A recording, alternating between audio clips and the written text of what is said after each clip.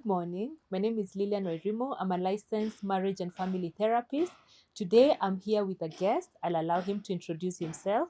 We are doing a series on men's mental health wellness, and this series is going to be capturing different aspects that contribute to the mental well-being of a male, and especially in our context as Africans and as Kenyans. So, our guest today will give us a context of why his participation in this journey is important, and I'll allow him to introduce himself. Karibu sana. Asante sana. Yes, please tell us your name and what you do.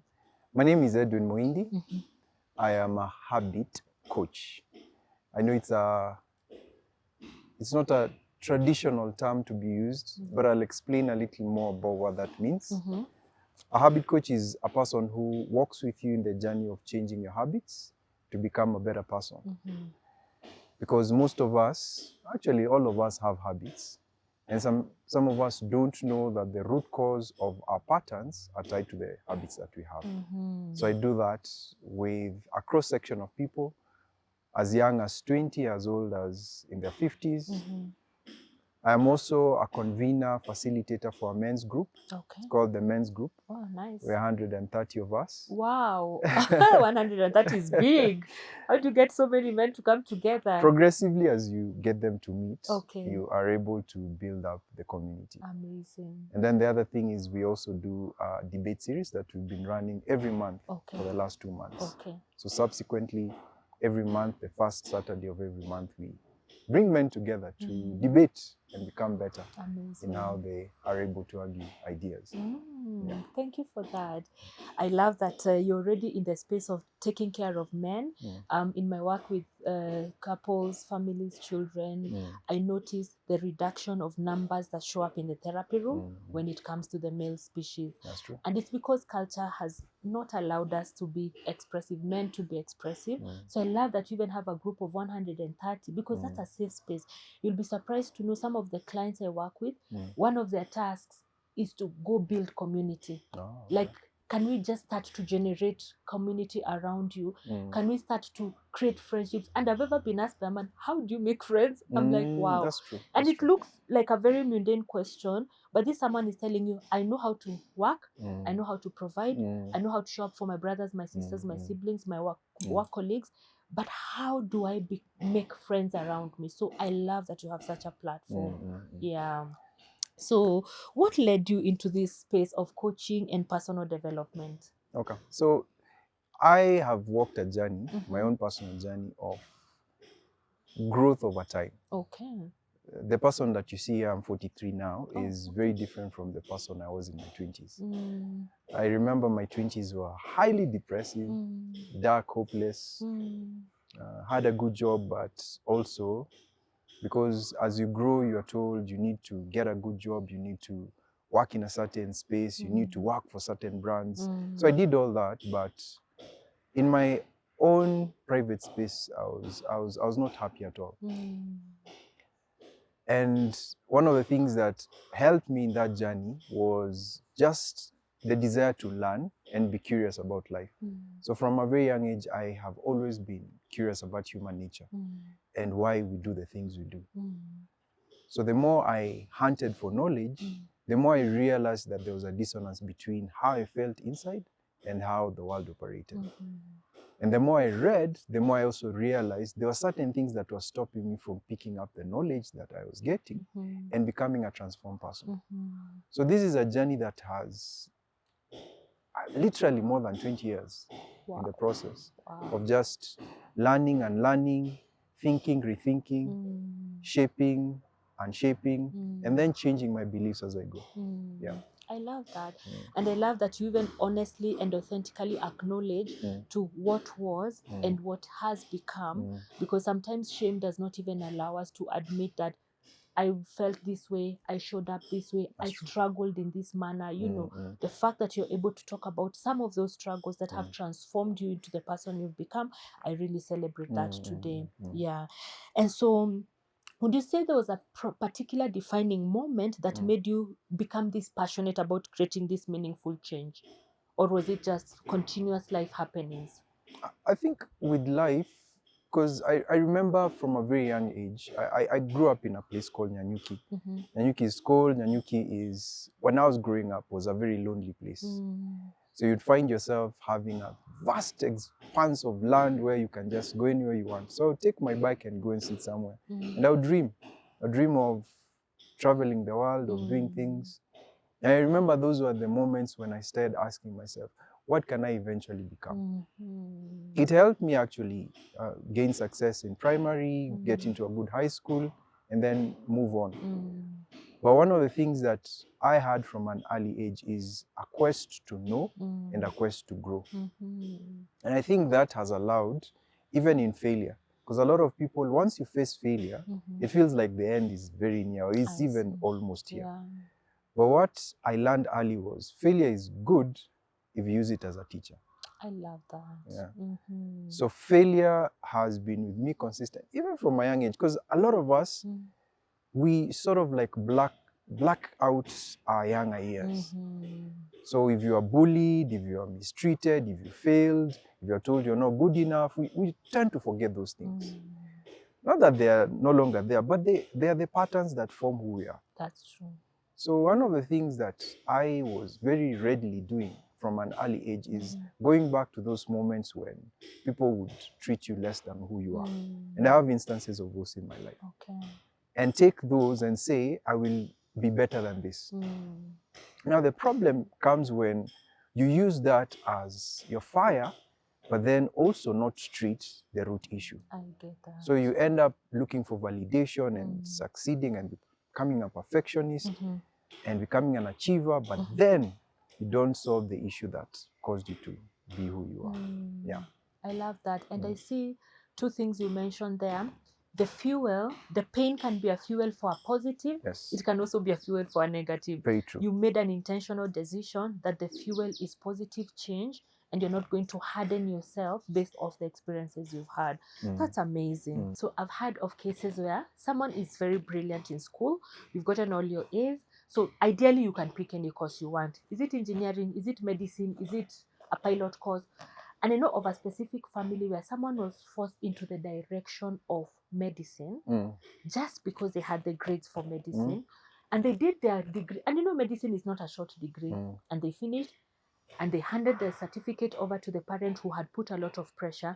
And they went back and did an art course. And everybody's like, is this even for real? Like, this was taxing emotionally, financially. You stayed in school longer because medicine, of course, is a longer course than any other art course degree. So maybe you can give us a bit of direction when it comes to defining purpose. Okay. Yeah. Okay. So off the standard definition of purpose, I think the journey of life is such where you, if you're willing, you can discover your passions. The problem is, in this day and age, not many people are willing to get out of their comfort to really discover what they're passionate about. So you ask someone, what are you passionate about? They're like, I don't know. What are your hobbies? I love sitting and something. Traveling. Yes, traveling. So it's a standard formal, fear of missing out kind of definition, just to be with other people. And you see, that's the problem with groupthink, because we have been modeled in such a way that we scroll too much, and what another person likes seems to be what we like. I love that. But if you sit by yourself long enough, and you get bored, because part of the journey of finding purpose is boredom. And here's the interesting thing. When we are younger, for those parents who are very intentional about this, and you cast your children out to do different activities, even when they don't like it, you'll discover, oh, this one knows how to kick a ball. Oh, this one knows how to talk. So you start to discover, if this one likes to talk, let me put them in debate. If this one likes to kick, is it because they like to kick a ball, or is it because they like rugby, or is it? So you discover finer nuances about what someone is passionate about. And then the diversity of interest is where, because there's a plethora of choices, someone can say, you know what, I think I'm interested in this, this, and this. So one of the things that I do with older people is I try and ask them to do a bucket list. Because a bucket list that has 5 items is standard for most people. But when I tell you, can you write a bucket list of 50 items you can do? And please don't write purely around where places you want to go. Like I want to climb Mount Kenya, it's fine. But can you put a diversity of things on the table and then let's investigate. Correct. And then start with things that don't cost so much to do. The reason why we do that is because the more you try things, the more you discover, I don't like this, I like this. I see that. So passion already allows you to get closer to something that could be tied to your purpose. Because it's in us. All of us have something. We have strengths, innate patterns and talents that allow us to gravitate towards something. So then, when someone asks me, what is purpose? I'll say, find out what really you gravitate towards. Find out the thing that, despite opposing forces, you can still stick to. And then, be a bit more self-aware. Because a lot of time, you will run away from your purpose when you feel like society doesn't agree with what you desire to do. And that's, by the way, is the reason why most people will end up in jobs, deadbeat jobs, that they don't want. I know that. And that's the reason why sometimes there's always this narrative of you need to be financially independent before you try something that you enjoy. Yeah. I like that you say that, because in the therapy room, I've had a lot of people say the same thing. I am doing this purely for the paycheck.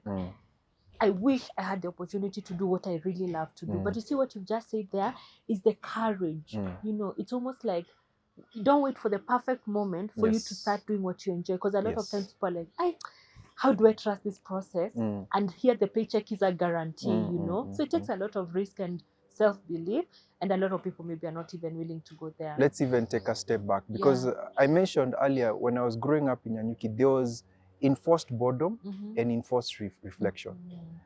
So from a young age, I would play out the idea of, are there things that I would love in the world and I don't love? Nowadays, what we do with our young ones is they spend a lot of time on devices. So there's no boredom time.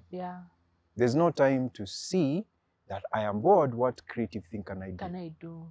So one of the things I would actually encourage parents to do, and even us who are able to, is turn off the telly. I love that you say that.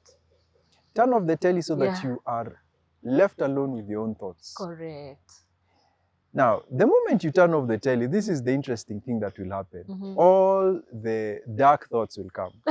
For those who run away from dark thoughts. That's true. That's what happens when the power goes. There's a power blackout, because you're not planning for it, but then it goes, and then you're like, so what do people do in this moment? Then the silence brings all those thoughts. I love that you say that, And in that silence, where you are left with your thoughts, then you have route to start on self-awareness.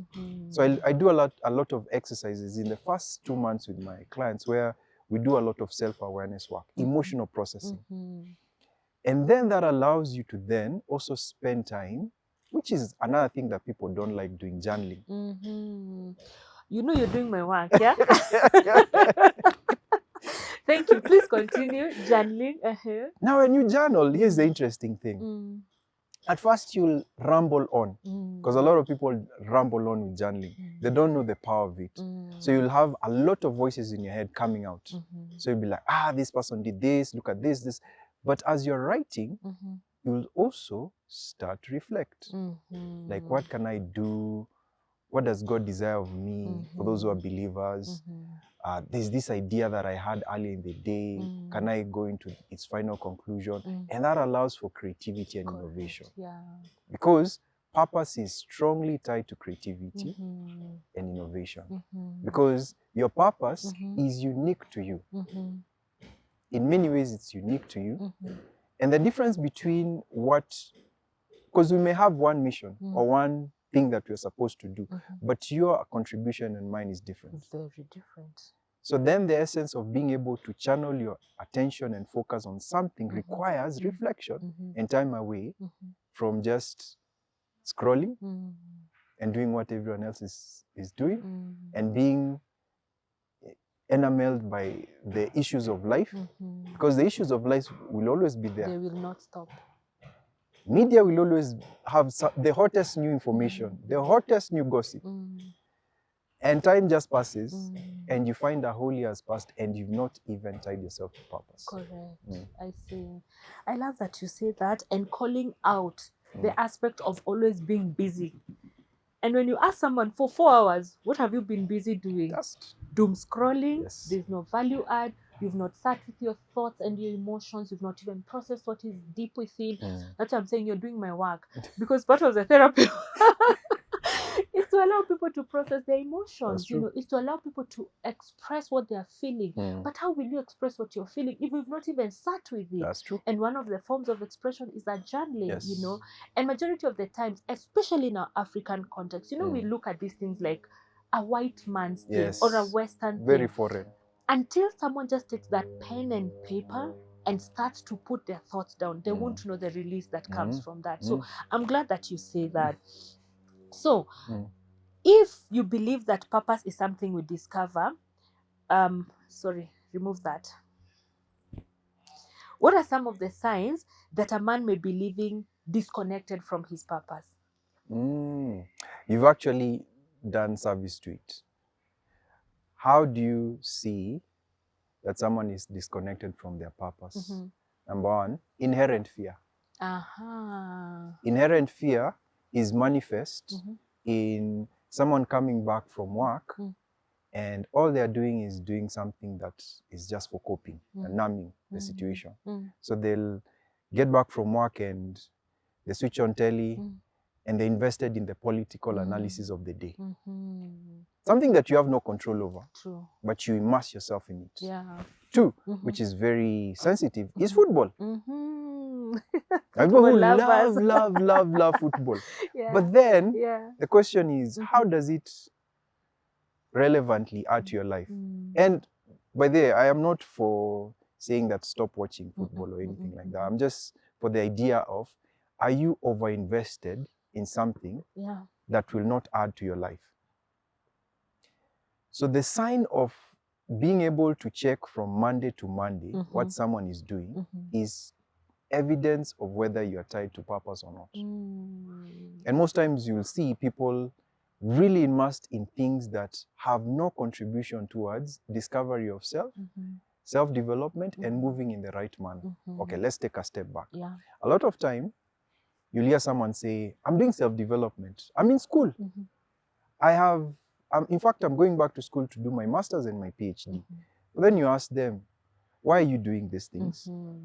The question of why always seems very sensitive to certain people, the more you ask why. Because slowly they start to become silent and they have no answers. So for example, someone will say, I'm doing this hottest new course and it's in AI. Then you ask why. I'm doing it because I think it's going to advance my career. Why?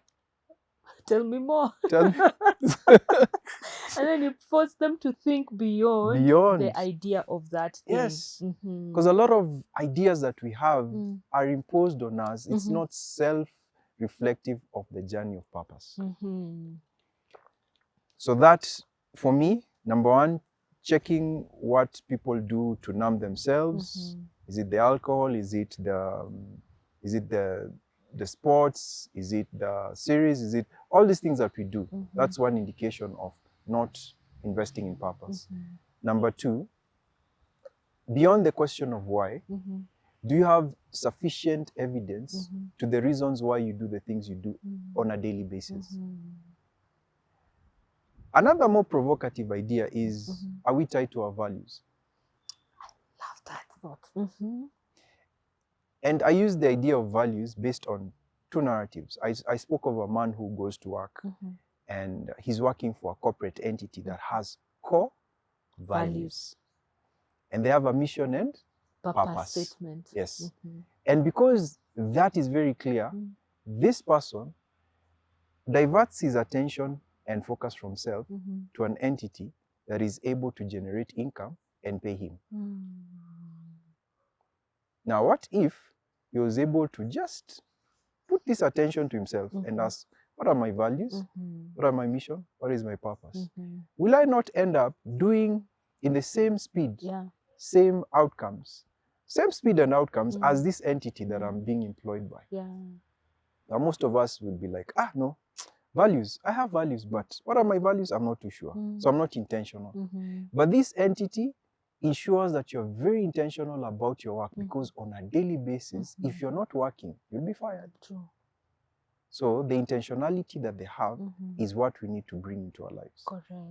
And I love that you say that, because if organizations, their success is tied to them articulating and identifying their values, their purpose, their mission, and we are seeing that result and it's benefiting us, why is it so hard for us to employ that in a micro, small way in our own life? So that's a beautiful, beautiful call for our own intentionality for us to move forward. That's true. Beautiful.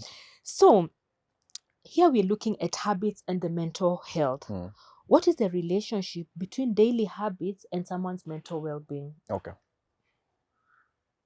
Let me just unpack the idea of habits. Habits are very subconscious. They're not the things that you do consciously. So they are wired into our synaptic systems, and we're able to do things over and over again without consciously thinking. And it's good for our brain because it also creates efficiencies. So then, if that is habits, then what are those things that we do habitually? Many things. In fact, statistically, it's known that between 35 to 47% of our day is done by habit. So when you wake up, you brush your teeth, take a shower. In fact, you literally have your eyes closed and you'll do all those things, get into your car, and you'll drive. In fact, you'll even, your mind won't be there, but you'll find yourself, I'm ready, I'm in the office. So those things are very habitual. I love that you say that, because some exercises, sorry to cut you, some of the exercises I would do in therapy with clients, and some exercises to do at home would be inviting them to even be in mindfulness when they're doing a shower. Exactly. They're like, I don't even know how I shower. Yeah. Because it's just like an autopilot thing. Exactly. It's actually autopilot. Yeah. And let's just do justice to the brain, because if the brain was to be present for every single decision we make, because we make close to 50,000 decisions in a day, it would literally burn out. Wow. So the efficiencies that are created by habit is where there are connections that are done that you don't have to think about, but they are there and you operate. Now here's the thing. Is it possible to then recognize that we think by habit in certain ways, we feel by habit in certain ways, and even the way we've brought ourselves to be who we are is by habit? So I might be sitting here in the morning and then I wake up and then I have a thought, but it's by habit that I've gotten into that thought. Or I start feeling certain ways. It's because of habit that I've gotten to that point. So then, the idea then becomes, we need to first be aware. Because awareness divorces, like you say, the autopilot of how we behave. Correct. So when someone just wakes up and suddenly they're doing something, or for many of us, it's you wake up and then you start doom scrolling. If you catch yourself, I've woken, okay, I'm about to do some doom scrolling. Question is why? Is it the anxiety that is driving you to that? Is it the need for fear of what may be? But mostly it's anxiety. The anxiety of, oh, I'm missing out. I need to be present. So how do you catch that? And how do you translate? Because a habit is basically a trigger, an action, and then a reward. Wow, please say that again. That's so powerful.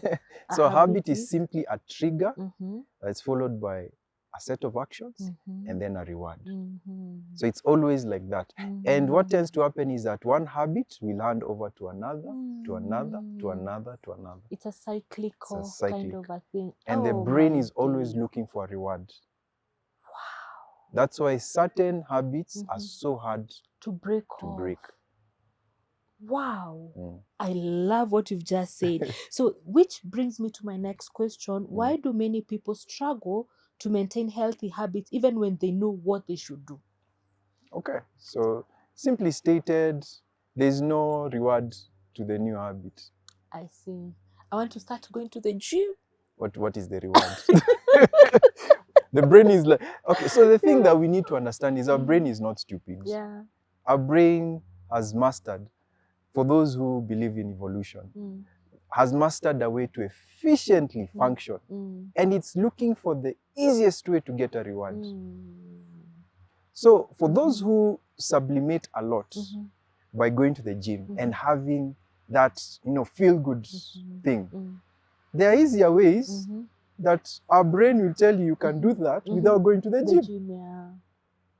I see. So it becomes very hard to do hard things that are good habits that will benefit you for longer if you have not made them micro habits. And you've not had a negotiation with your brain over time so that this new thing that you're giving me has also a reward to it.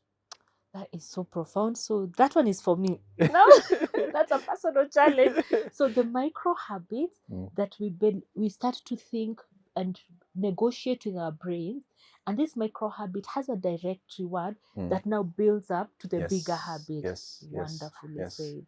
So Awesome. habits, the thing with habits is it has to be visible, it has to be easy, it has to tie into something that ideally you see yourself growing into. And in many ways, the question then becomes, like I do this with exercise.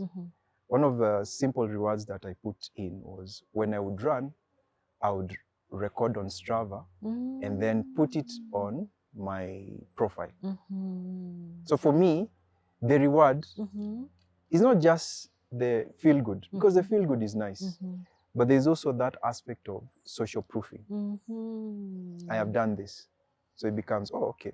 So you have an anonymous many that are observing and congratulating you. Now it makes sense why when I see people do the gym, take walks, mountain climb, I now understand that there's a certain dopamine rush that comes from all those comments. Oh my God, you did 22 kilometers, well done.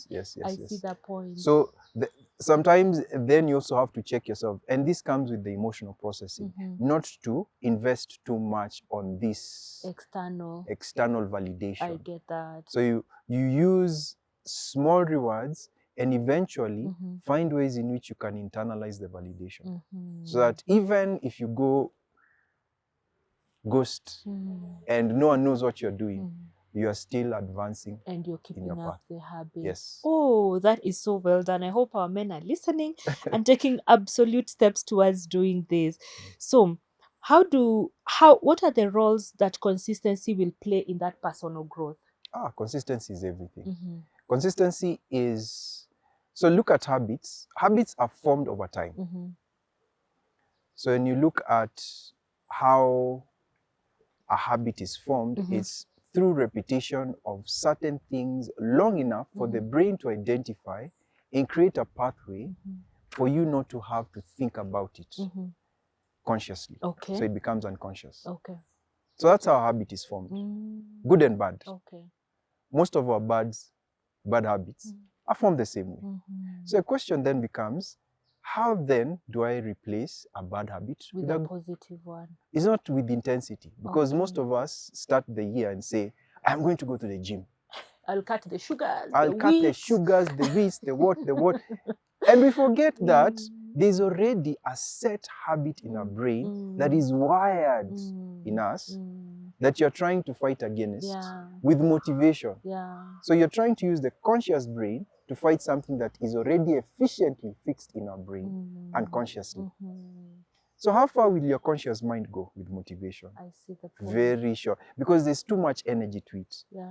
Waking up in the morning, going to the gym, and you've not put in place certain things that allow a system to work, will not work.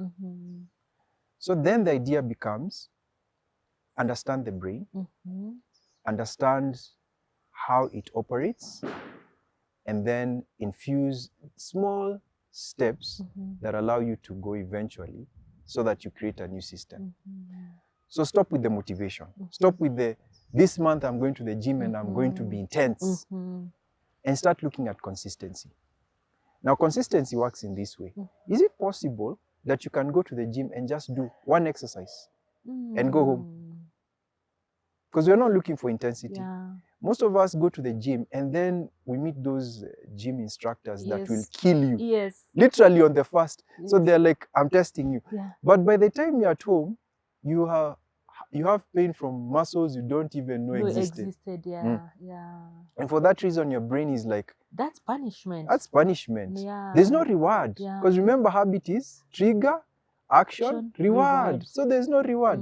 You've not given me a reward. So you know what? I'll do this for 3 days, do some pictures, and the pictures will be for social proofing. And then there's a reward there, and then I'll go back to my old ways. But look at this other person who goes to the gym and say, today I'm just going to walk 5 kilometers. Okay, 5 might even be too much. 2 kilometers. And the moment I finish 2 kilometers, I'm gone. And then at home, you put your clothes in such a way that you are always seeing them. For some people, it won't work after a while. It just becomes part of the tapestry. No? So you put your clothes close enough so that you know, when I wake up, and I do this, this is the next thing I do. So I get into my clothes, get out. So you don't have time to negotiate with your brain. I see that. So there's a switch. So you go to the gym, do your 5 minutes, come back, and celebrate whichever way you want. It could be some healthy drink or something like that, a reward that you know, based on this small thing that I've done.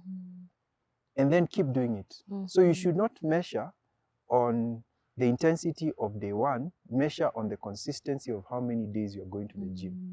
That should be your reward. At least you can mark it. So even you can have a marker in terms of, have I done 10 days? And that's why even apps, you see there's a 10-day streak, 15-day streak, 20-day streak. And then find yourself in a community.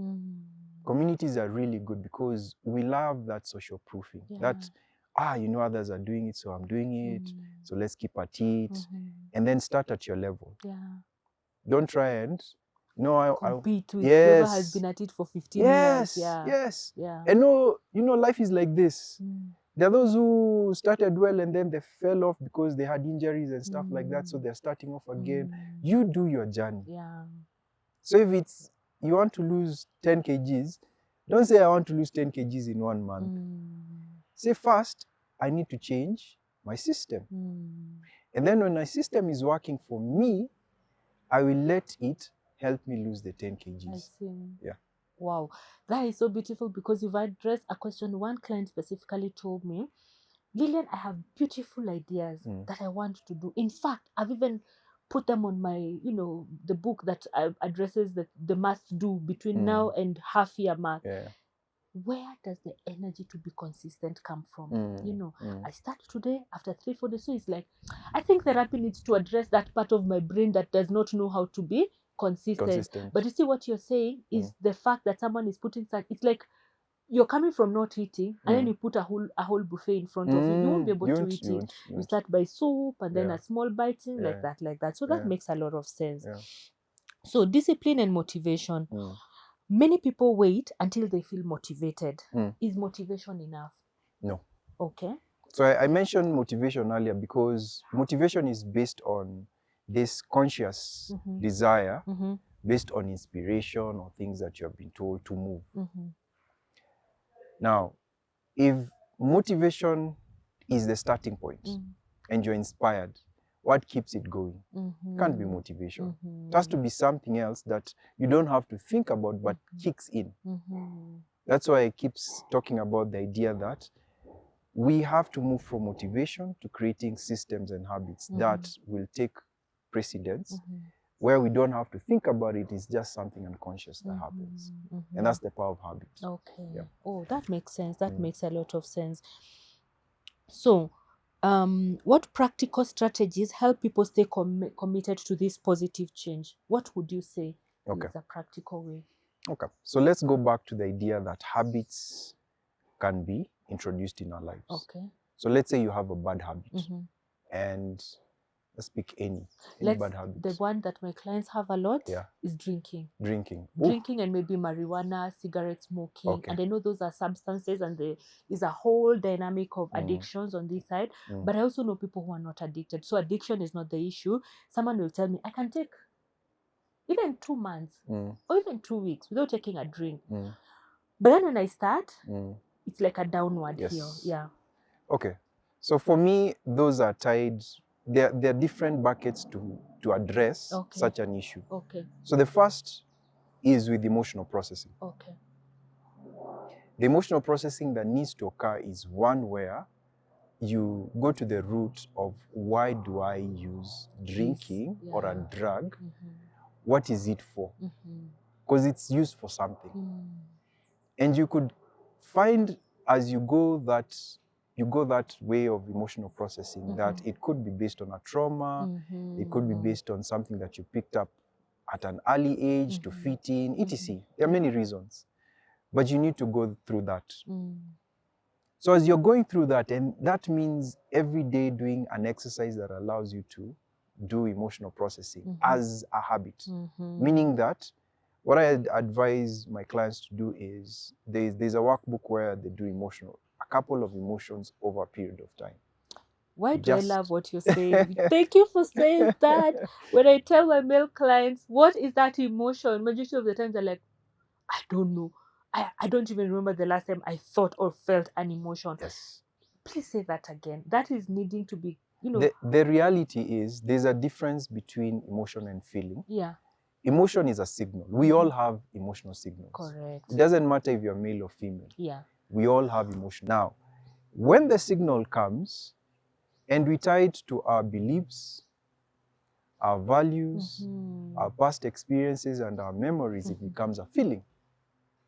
Oh, that is so deep. Yeah. Okay. So it becomes a feeling. And that's why someone will say, I feel anxious, I feel angry, I feel this. Because you've taken a signal and personalized it in a certain way to give you an understanding of the world around you. Now, if you're not aware of how to handle this feeling, it may take precedence over making decisions in a right way or in a way that is good for you as you move through life. I see. So then the idea becomes when you process emotions. So you may feel anxious, but underlying this becomes an iceberg, and there are so many things that are tied to it. Yes. So you're triggered, and you could be triggered, and here you could always look at different environments. So you could be triggered based on the environment you're in. It could be someone you're with. It could be a situation. It could be even another emotion. So when you look at all this and someone says, I keep drinking and I can't stop drinking, you get them on a path of processing emotions as a habit, because a habit kicks in if you've done it consistently, not with intensity, consistently over time, to a place where you are able to learn the language of emotion. Because it's a language that you have to learn in order to speak to yourself and say, this is the emotion I'm feeling and it's tied to this feeling. And because of this, it's driving me to act in a particular way. Remember, habit is trigger, action, reward. Yeah. So someone may feel anxiety, but they don't know where this anxiety is coming from. And what do? They go and pick a cigarette. So the cigarette is intentionally to calm my nerves down, and that's the reward. Yeah. What if you found different things that could replace the cigarette, so that you calm down? So the first step is, don't tell the person to suddenly stop smoking. First understand that anxiety is checking in. Yes. And then learn how to process it. Yeah. And process it, part of processing is learning also how to regulate it, because you'll have a bigger gap between how you're stimulated and how you respond. So you have that space, it's larger. And because of that, some people will say, I'll go into environments where I will not be triggered to smoke. So I'll avoid certain people because people also trigger you. I'll avoid environments that are stressful, or things that are stressful, which is second. But here's the other thing. The more you process your emotions, the more your resilience is in certain environments that could be stressful. I will avoid toxic. There are people who just put you on a tailspin. Yeah. So you also create boundaries around that. how to engage them. Yeah. And then how you feel. So triggers allow you to handle this better. Now for these activities, again, it goes back to, can I discover other things that could be of good benefit to my energy? So instead of going to drink, I'll go and play a football game. And after a football game, I will. Or I can go to the gym. So you find other things that could have an impact of replacing the habit that you have, because you can't just say, I'll stop smoking and then sit there and then checking what reward I get. If it's that soothing, that calming effect that you get at the end of the day, there are other things that could achieve the same thing. I see. Yeah. That is so well said. I wish and I hope our men can hear, listen, and do. And what I'm hearing from you, we are not looking to move from 1 to 5. We're looking to move from 1 to 1.5, 1.5 to 2, 2 to 2.5. You know, small but consistent steps that help us get there. That is amazing. So, let's look at the struggle to ask for help. Why do you think many men struggle to ask for help when they're overwhelmed?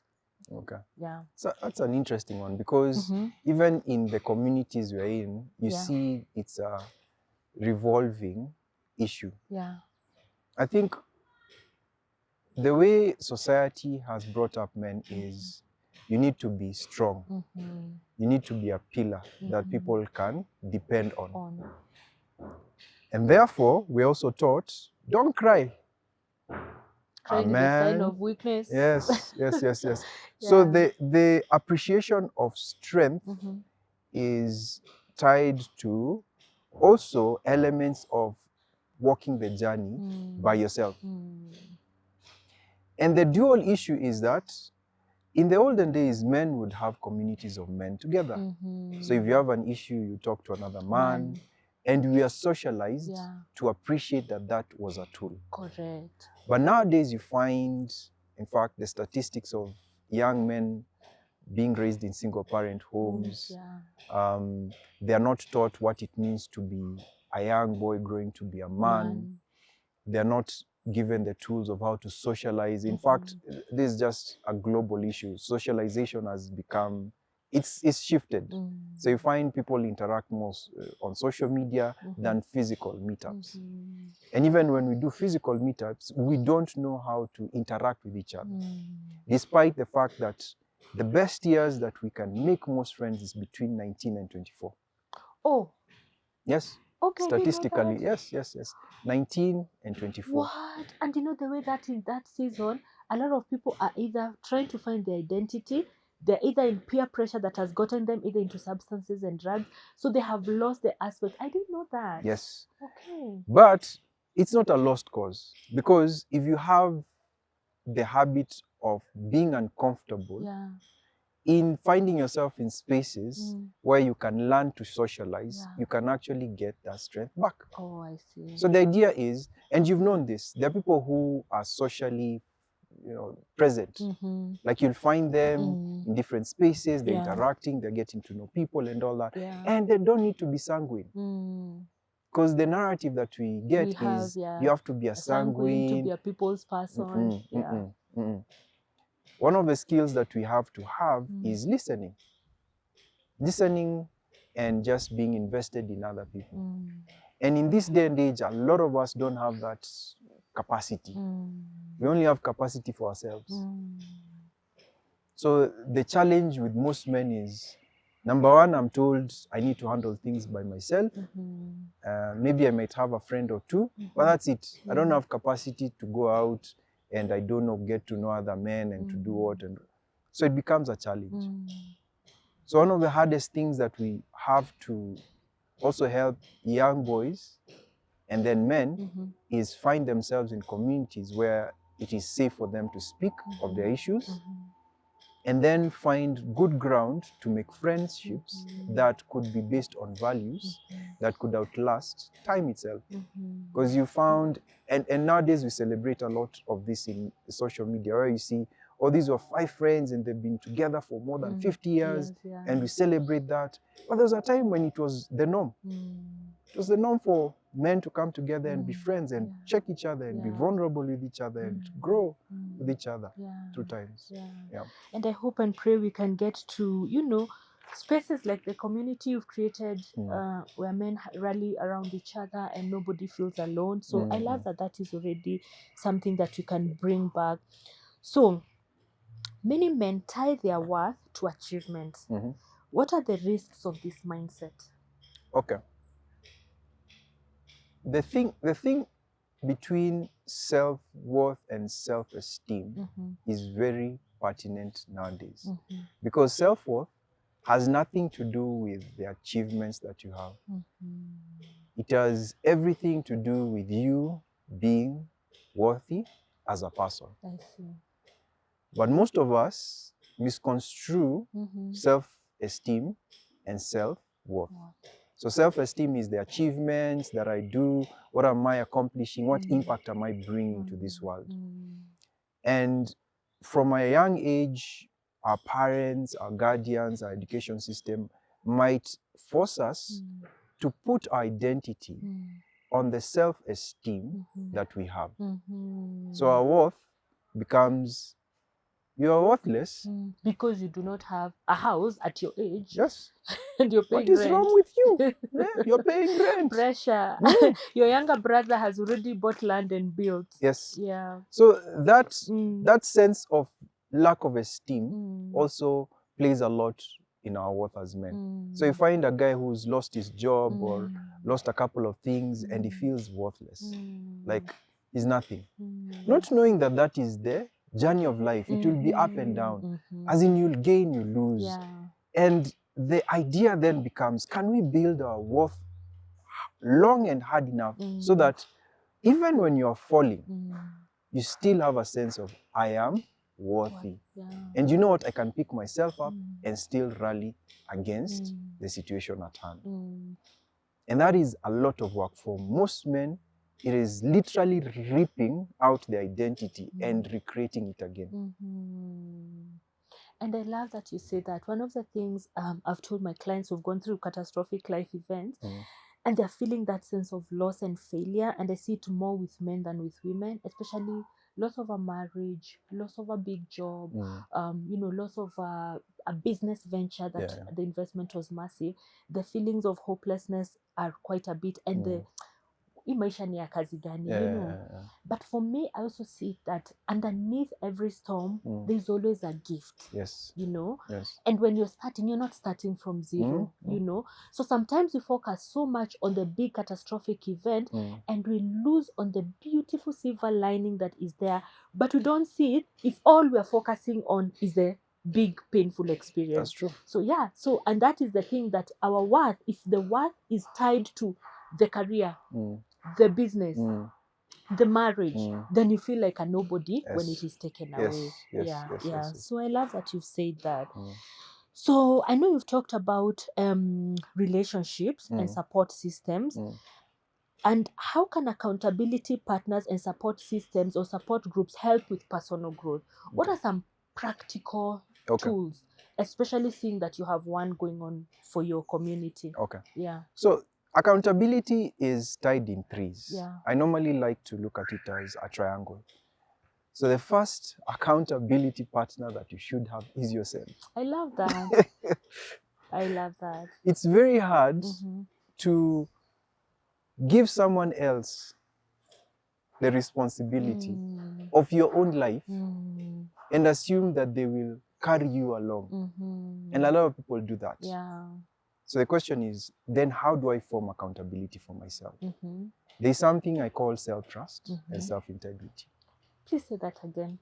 There's something I call self-trust and self-integrity. I love that, yeah. Now, self-trust is built over time of doing things that you prove to yourself that, you know what, I can trust me because I have the capacity and I am consistent and I am able to be responsible for my life.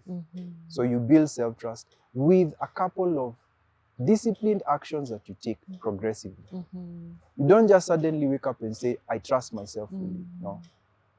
And part of that also is now the self-integrity, where you start to align yourself with certain value sets and say, these are my values.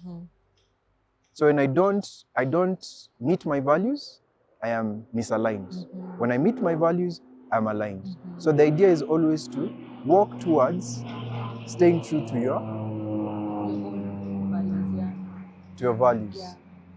Most people have challenges with aligning to values because number one, they don't even know them. Most people don't trust themselves because most times you'll say this and do the this. other thing. So this is a journey of you building up yourself as an accountability partner of yourself. That's the first. Yeah. The second one is communities. And communities are so powerful because all of you are targeting a common goal. So for example, if you join a running group, everyone is running. That's one thing they're all doing for different reasons. Some for health, some to just be in a community. Everyone is running. But because everyone is doing something that is tied to this, to that purpose for coming together, you can also allow them to check you and you're able to keep moving, even in small steps. Giving them permission. Yes. Yeah. So you have to allow this community of people to give you permission. So I've given running groups because I'm in a couple of them, but also even a group of friends. But you also have to allow these friends to start checking you as they're checking themselves. And I hear you say that like I'm opening myself up, if you're my friend, for you to also call me out and to challenge me if you see something wrong or off about me. Not in a shaming way, but I think, Edwin, you can do better than what you're doing. I see. And I don't think a lot of us, allow that to happen. Yeah. The best working groups are those where everyone is vulnerable and is walking the journey of progression. Correct. As opposed to, please check me, but you live your life. Yeah. So if we are 5 of us and we're saying we are going, we keep each other accountable, we meet consistently, we're intentional about our growth. And for most of us, we can actually form such groups that are very intentional about being accountable towards certain things. True. And then the third of this is your mentors, your coaches, the people who can pour into your life that you can look up to, that will always add an element of how you can keep us, progressively going forward. Yeah.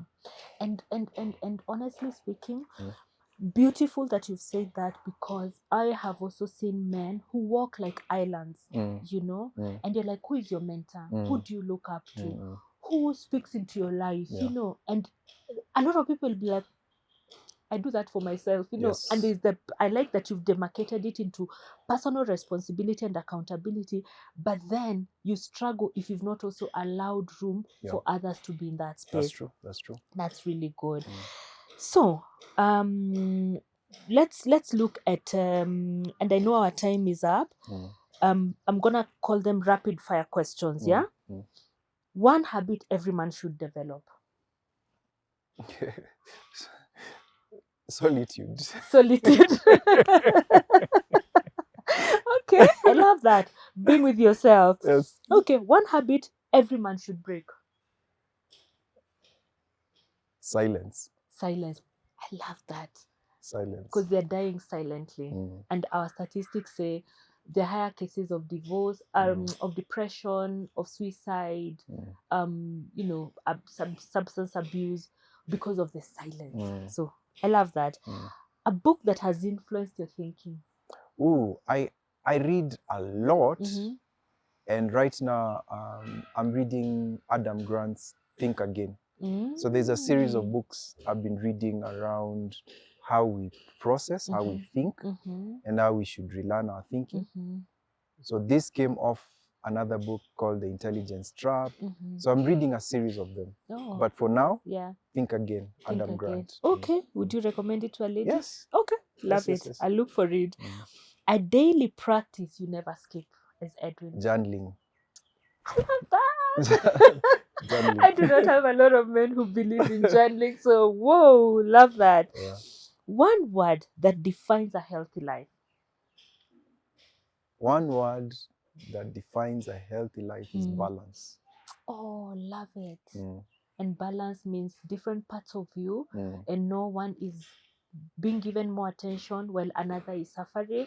Like you have a balance, spirituality, you know, purpose, career, family. I love that. Yeah. And see, I'm taking words from your mouth, but I want to imagine that's what you would say. What does mental well-being mean to you? Mental well-being comes to me from a point of peace and calm and serenity in the mind. And because from a mental perspective, the brain is there to make decisions. It's there to make the body function and move in a certain way. So when it's calm, serene, it means it can do that job better. So for most of us, it's the journey of getting there to a point where you don't have to use too much energy to be serene. Because a lot of us will have to leave civilization, for example, to find serenity. Is it possible to be present and to be functional and really functional and still have serenity despite the turmoils of the world? That for me. That's so powerfully said, you know, and the fact that it doesn't have to come from others, that you can actually create that for yourself, that's powerful right there. So we are looking now at closing, our closing reflection. What message would you like to share with men who feel stuck, overwhelmed, or discouraged right now? Okay. The thing that I'll say is that we are all walking a journey. Yeah. Life is a journey. Yeah. And no matter how far back you feel, no matter how depressed you feel, no matter how hopeless you may think that your life is, I can give you evidence of myself, of having started from literally nothing and a dark world to where you consistently by habit are able to come out of that and even elevate to better ways. So mine is just an encouragement to know that your journey is your journey, but then there are tools out here and there's information out here that can help you to become better if you're willing and you don't give up. Okay. Yeah. Beautiful. What does living with purpose look like in everyday life? And I know we've said purpose at very, very many ways, but if you're to just summarize it, what does living with purpose look like in everyday life? It doesn't mean that it's comfortable. It could actually be very uncomfortable because you're doing the things you're supposed to do against a lot of opposition. But it means you're fulfilled.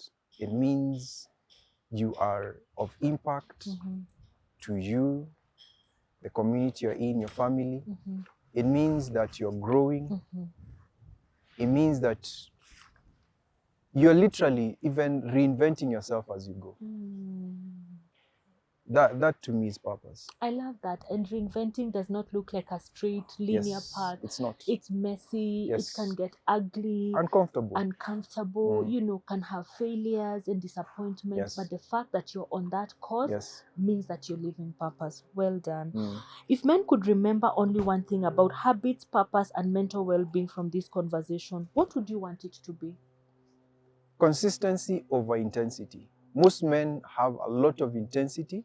They do things rapidly and throw them out, as opposed to consistency with the patience that is required to bring about a transformation in their lives. Okay. Yeah. Beautiful. So if a man is listening to you today, and maybe you can look at the camera and feels like he has failed in life, lost his direction, and doesn't know where to begin, what would be your first piece of advice to him? It is okay to fail. It is okay to have started something and hope that it would be a great success, and it hasn't. I speak of failure as being a teacher rather than something that is here to destroy us. And in fact, if you look at all indications in history, failure has always been there to refine us, to course correct us, because life is not a linear path. So allow failure to change the direction that you're taking. Allow failure to show you a different path that might actually be more helpful. Allow failure to help you to rethink your beliefs, because sometimes it's your beliefs that cause you to not take the path that you should. So my encouragement today is, look to the people who have dusted themselves off and walked the journey of life. Look to the people who have the humility to say, it all fell apart. And you know what? I can still rise up and I can still do better. And then believe that you're not alone. Because one of the things with failure is that you start to isolate yourself and think that you are the worst of the worst. You're not. There are people who have fallen and have risen. So to any man who's listening to this, I just want to encourage you, no matter how low you feel you are, no matter how things are so broken, you will rise again. But you have to make that choice. Make that choice. Find people who have risen, who are like you. Talk to them, read, and not just, don't go into communities that will look for enemies in the wrong places. You have the power within you to rise, and you'll find success, I promise you, as you should. Beautiful closing remarks. Thank you so much, Edwin. That was so powerful. I'm so motivated. I am improved even from listening to you. I've learned about habits. I've learned about how to begin it and how to get small rewards for myself. And I really hope we can bring wellness to men around us. Because this is a very underserved population, and we do not have a lot of voices that really look out for the well-being of the men. So thank you for even agreeing to do this with me. It's a pleasure. Yes, I know we will have a lot of opportunities to continue the conversations. Thank you. Thank you for having me. Karibu sana. To our listeners, it is not all lost. Sometimes failure looks like a limiting belief. And so here we are being taught and we are learning that it's in those pieces of even failing, it's in those spaces where we've even dropped the ball, that you can rethink, regroup, pick ourselves up, and look for communities. Because every time you look for someone and you talk about your pain, they're like, oh, kumbe sio mimi peke yangu. It's not just me who went through that, and that becomes a very encouraging space for us to, heal and draw strength from one another and keep moving forward. The thought that comes to my mind right now is that cart that is pulled by, the oxen. When it is one, it carries a certain weight. When it is two, the weight that they're carrying becomes more. So I believe that in building communities and healthy relationships around us, we're able to carry more weight together because you're holding and supporting one another. So thank you for listening and for watching. Until next time, you will be listening to us for the men's series, and we have a lot in store for you. Bye.